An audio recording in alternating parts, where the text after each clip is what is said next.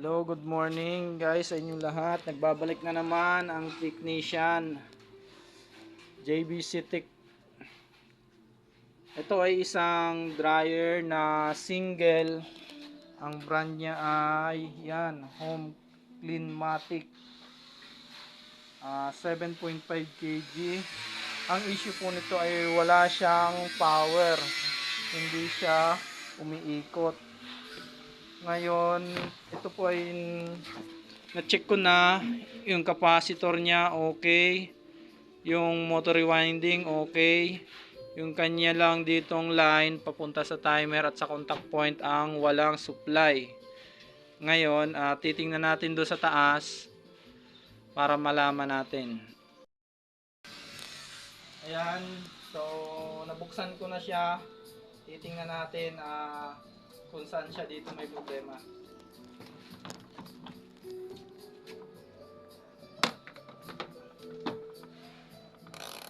Parang okay naman ang timer niya. Contact point lang ang problema niya nito.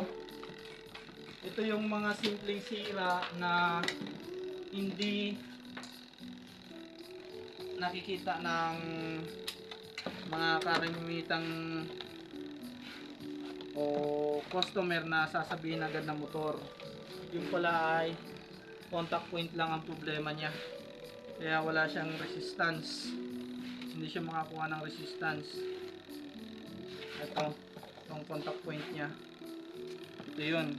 Kasi yun ay sa pagbaba taas ng cover ng taklob ng dryer. Pwede siyang naglo-lost contact na o kaya hindi na nagsiswitch.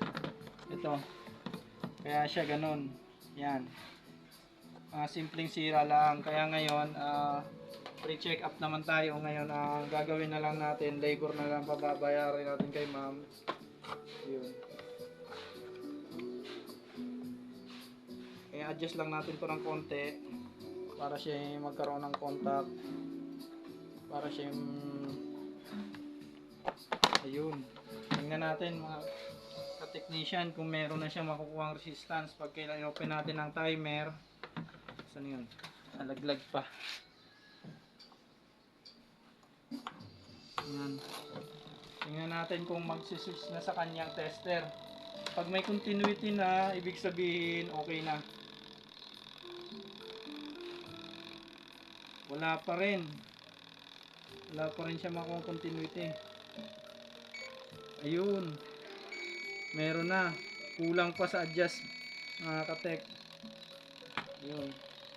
Yun lang ang problema niya. Kulang lang siya sa lilinisin na lang natin, lilihahin natin kasi parang lost contact ang kanyang switch.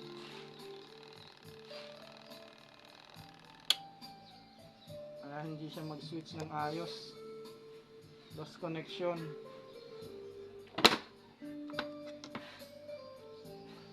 Sa pa nga kung po-contact na siya.